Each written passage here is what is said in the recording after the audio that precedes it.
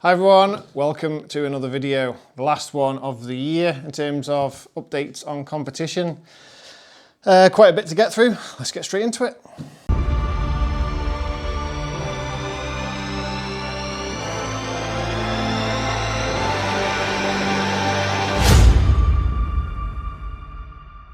So that's it, all wrapped up for this year in terms of competition on the islands road racing scene.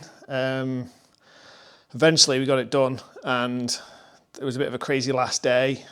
The weather wasn't great, was it? The conditions weren't great, but what I really liked about it was we were doing course reports in the morning and we obviously got delayed and delayed and delayed. What's the road like? And it's multiple sections of dampness and wet as well in certain places. And it's at the point where you basically say, if you want to wait until this bit of road is dry, you're not going to be racing today. And that was similar to some of the scenarios at TT this year as well. At some point, you just have to make a call and say, we either scrap everything because there's a bit of wet on the road, or you make everyone really clear in no uncertain terms that certain sections of this road are damp or wet, ride to the conditions and deal with it. And you know what? Everyone did. Everyone said you can't have one lap races because people will be going too fast. If I had no sighting lap, it's just going to be a sprint and everyone's going to be throwing themselves at the scenery everywhere. And especially at Grand Prix, because you have more newcomers and more inexperienced riders, although we also have lots of TT riders and like Ian Locker using all his experience at 67 years of age to win another race, because he just knows the place inside out and he knows where the patches are and he knows how to carry momentum. Yeah, Michael may have won it if he's finished, but he didn't, and Locker did, and that's great, isn't it? But yeah, just going back to it, nobody crashed. I mean, there might be one little slip off at Governor's Dip, like I've talked about in that last video. Governor's Dip, Governor's Bridge, most crash corner on the course, and yes, no surprise that someone's probably just took the front on the way into there, and that was it. We didn't get a shout for it, but apart from that, nothing, all day. I was at Brandywell from the first lap of the first race to the last lap of the last race, and didn't get a shout on the radio for anything all day. There wasn't even a standby, which you get for like an instant which is possibly might need to go to, and then they see how it is and then they decide. Not even a standby for any of us all day. So a big shout out to all the riders who took place, who raced, who got out there, who pushed, because it's your race, it's your chance to do something, and you're also thinking, if everyone else is going to back off a bit, I'm not going to, and I'm going to go and try and win it. And nobody fell off. So I just want to have a big shout out to all the riders, and you don't have to wrap everyone up in cotton wool all the time and make sure the track's in perfect condition. Everyone's had 3 sighting laps, and and I'm exaggerating obviously, but it's, they're road racers, they know what they're doing. And yeah, a testament to all of them who rode well, put on some good racing, and all stayed on for the full day of racing we had on Monday. And now quite typically it's Wednesday now, and yesterday was even worse day weather-wise than Monday, and Sunday was shocking. We were out on the legacy lap for Jack Wood that Jim and some of the guys organised. That was horrendous. And we got a small break on Monday, and like I say, I was at Brandywell and I was playing weatherman all day. The cloud was in and out, it was getting low, it was coming close to Halewoods, and then literally 30 seconds later I could see the veranda and it was back again. It was just constantly in and out until the last race, where it came in and stayed in, and it got to a point where we're getting to a point where it's consistently becoming an issue for visibility. And the riders all dealt with it really well, like really well. But what we get then is we get a problem, is we can't land a helicopter. And if you can't land a helicopter, you can't go racing, basically. I've said this before, but it's not just about the riders' visibility and the marshals. You need to get air med in. You need to be able to. And in fact, after they called it at the end of the first lap of the Classic Superbike race, and they called all the travel marshals back to ride all around the course and in, from wherever they were on the course, like I think Johnny was the furthest one at Kurt Michael. He was come round and they radioed to him just saying, extra care on the mountain because we can no longer get a helicopter out there. And so yeah, we played a game against the weather, and it's been a case of that all week. It was a nightmare. It was just a nightmare. I can't remember. Well, it's not a case of I can't remember. It just hasn't happened since I've been involved in it. And this is a rider and a TM, we did not have a single evening practice session. There wasn't a single day where you're thinking, oh, it's getting a bit dark, it won't be long left now. We just didn't have a single... We closed the road a couple of times after 6, but weather came in and we never got a bike on track apart from a TM. But yeah, not a single lap of practice took place after 6 p.m. on Manx Grand Prix 2024, and that's the first time that's ever happened. All the practice sessions we ran them in the day. Fortunately, we got a decent Sunday the first day, apart from the red flags, obviously, but in terms of the session length was decent in the middle of the day. And then a few of those contingency days, it's all a bit of a blur now. And now quite typically, it's Wednesday, sat here in a t-shirt, it's a bit hot, and it's just going to be 18, 19 degrees and sunny for the next 5 days. So the weather's just come a week too late. But if it had been on the other side, we wouldn't even be talking about it, would we? We wouldn't be saying, oh, we got good weather a week too early. It's just the way it is, and sometimes you get really unlucky with it. No one's controlling it. There's no conspiracy theory. It's just unlucky, and they made the best of it. I know everyone wants to say, oh, 1 lap races aren't real races, and they're not, but we've had, TT races reduced to 2 laps, and we've had was it last year that started and it got called after 1 lap, like the Classic Superbike race did on Monday. But are you going to say we're not going racing because it can only be 1 lap? Is the option then to just have a 1 lap race or nothing? Why would you ever choose nothing over something? That's how I'm looking at it. You can't force 2 laps for every race. There wasn't the time, especially because we had to prolong that road closure again because of the rain overnight. And so you didn't get the roads closed till 2. I think it was 2 o'clock. And something has to give. And are you just going to go, well, you know what? Everything's going to have to be a 1 lap race. Let's just forget it. Let's just go home. You're not going to do that, are you? So your only option is to have a 1 lap race. And so that's what happened. And people don't like it. But what was the other option was to not go racing. And I'm like, why would you choose that? So, yeah, it's not ideal. And I know the argument's going to be, well, if we had a full race week, which obviously we'd be in the middle of now, and the weather's great, I get that. And if it's up to me, we'll go on for 3 weeks, and we wouldn't have to race every day. We just pick and choose the best days out of the 3 weeks. But you can't ask people to marshal here for longer periods of time like that, and medical cover, and just people can't spend that amount of time. And obviously 3 weeks isn't an option. I'm just, exaggerating. And if there was a vote tomorrow, go back to the 2-week schedule, I'd be the first person to sign it.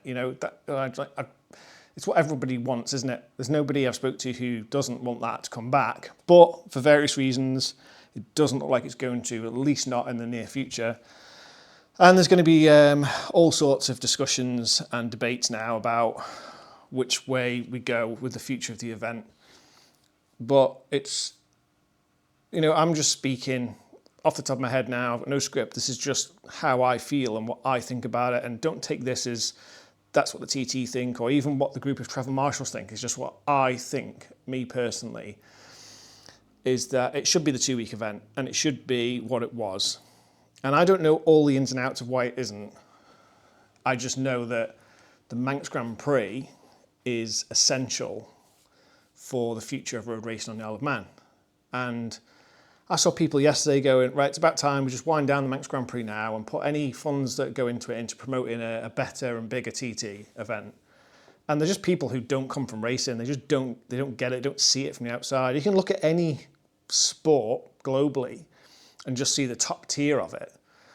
And if lower levels of the sport, which are very important, but aren't obviously the part of it, the top tier that catches everyone's attention and everyone's, the sponsors' money and all the rest of it, it's very easy to say, just do away with that because it's an inconvenience, and it's dead easy to dismiss it because you don't know how it all works. Most of the people who are going to be watching this, I know, will understand how it works, and I know you're probably all going to be thinking the same thing as me. It should be back to 2 weeks. Yeah, the event itself would have been fine if the weather's right, and I suppose that is the argument. If the weather's good, then it is fine. But if you have a prolonged period of bad weather, which we did with a small gap, it's very hard to squeeze everything in. And yeah, let's just see what happens with that in the future. But like I said, in terms of TM duties, in terms of incidents, relatively quiet for this week. And again, there's going to be somebody now commenting saying, well, because it was quiet, we never went out. What did you expect when you've only had like 6 laps of race in the entire week for overall classes? Yeah, I get that. There's a point to it. Less track action, less chance of an incident. But on the flip side of that, the less time you spend on a bike, the more chance you are to mess it up when you get on it.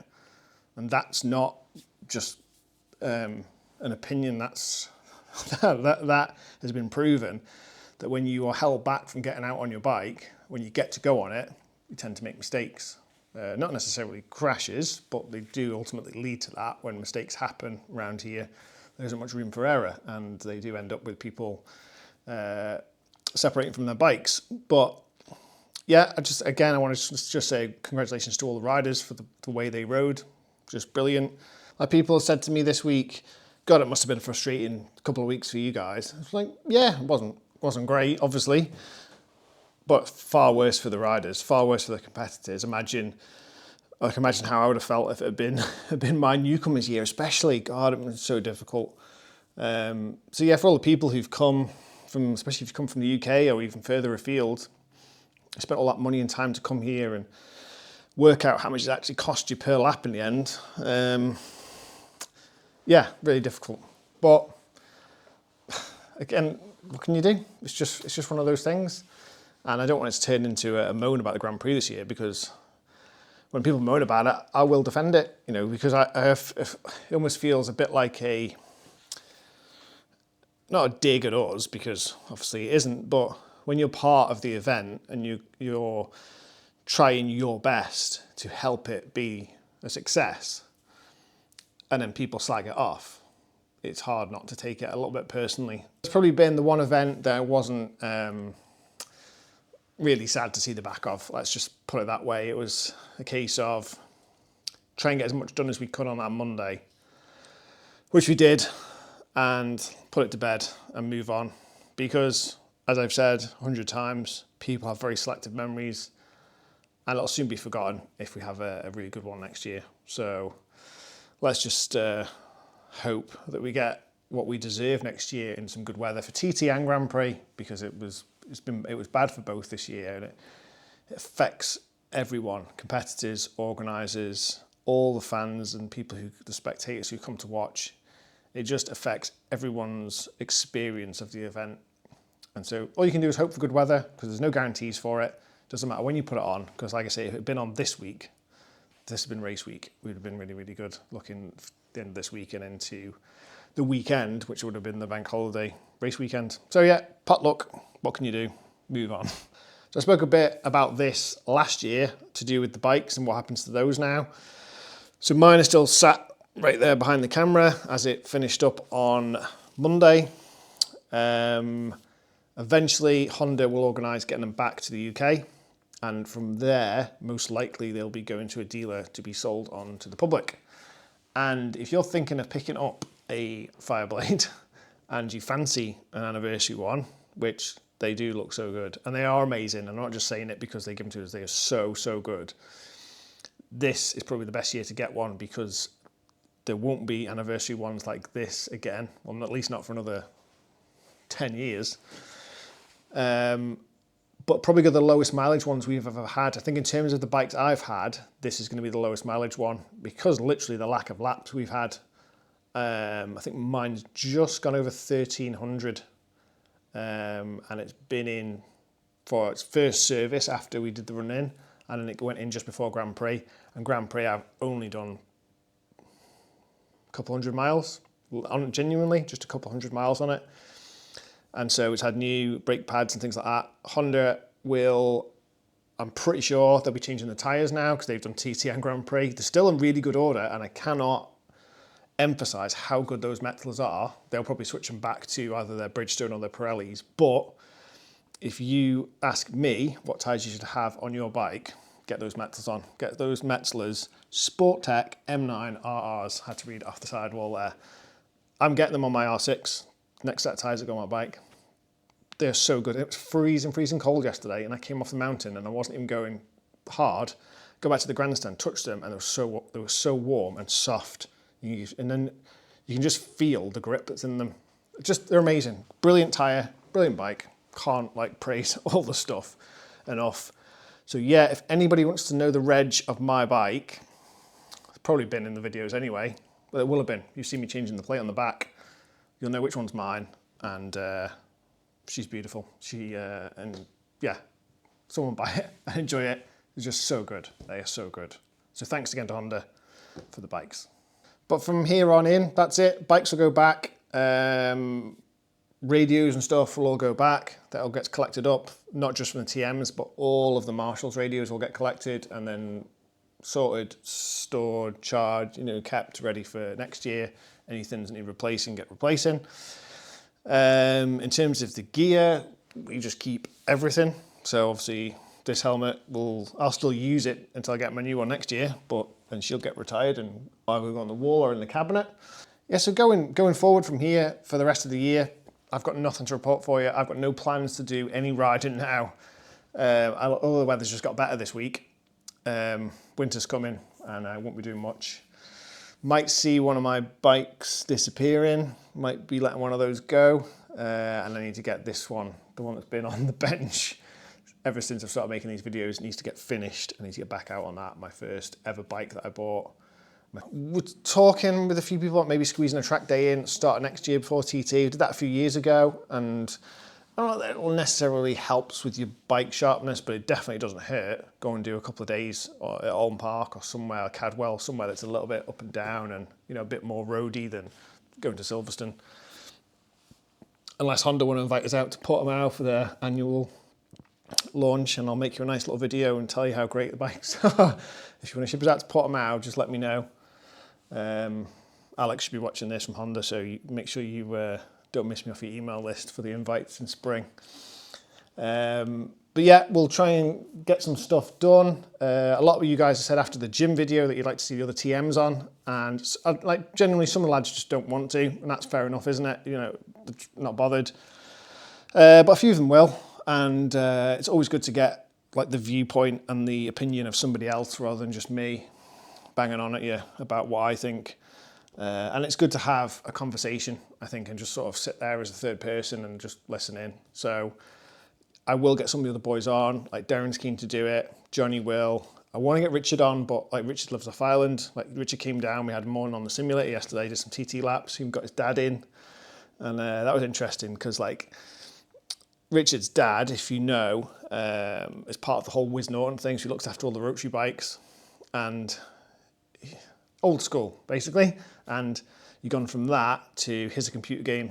And so obviously he was keen to come down and see what it was all about. But as Richard and was doing his lap and talking to his dad, he was saying, whenever I see anything like this on the internet, people playing computer games, I just think, bleh, kids and computer games, what a load of, And after having a go in it, he was really, really impressed. Could see the addiction to it. He said to me, if he lived on the island, he'd be back again next week. And so I can't get a big compliment on that, can I? Then somebody who's no interest in it has one go and wants to come straight back.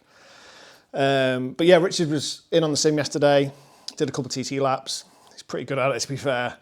But he'll be back over around Christmas time because we're going to have a big TM night out on Christmas. So I might try and squeeze him in then and get a bit of footage with Richard because it's really interesting. Again, I've spoken about, getting the point of view of somebody who was racing up until this point last year. He was still competing, so fresh out of it, and to see how the transition is to being a travel marshal. And he had a really good Grand Prix as well. He had a couple of incidents to deal with, and we were spot on. But he got more laps in than I think the rest of us combined because he was stationed at the grandstand for the majority of it. And that's great at the start because you're at the grandstand and so you'll get to do the red bib, and on race days we do film collection, so you get a few more laps in. But if you start there, if anything happens, you're going to get moved and you're going to be the furthest away from it because you're going to be at Ballacrane and you're not going to sort of get back round. It's like musical chairs. But because nobody did anything silly on Monday, I think he got 3 or 4 laps in. So he got more than most, I think maybe any other rider that day. So that's not a bad statistic for getting your laps in on the bike. So yeah, I'll try and get Richard in, some of the boys. I feel like I'm just babbling on a bit now, so I'm going to leave it there. If anything specific, again, you guys want to know, ask the questions below. If there's anyone or anything you think we should be covering over the next few months, because And last winter, after Grand Prix, didn't make another video till the start of TT. So do you want us to keep making stuff over winter, if I can get the other boys in and stuff? If you people want to watch it, we'll make it. That's been the whole motto of this since the start. So let me know. Thanks for watching. Thanks for everyone who's come up and spoke to us. Pictures and all sorts of stuff. But yeah, thanks again to everyone. I'm not signing off forever. It's just probably going to be for a little while until we get one of the other boys in and make another video. But yeah, thanks again, and see you in the next one.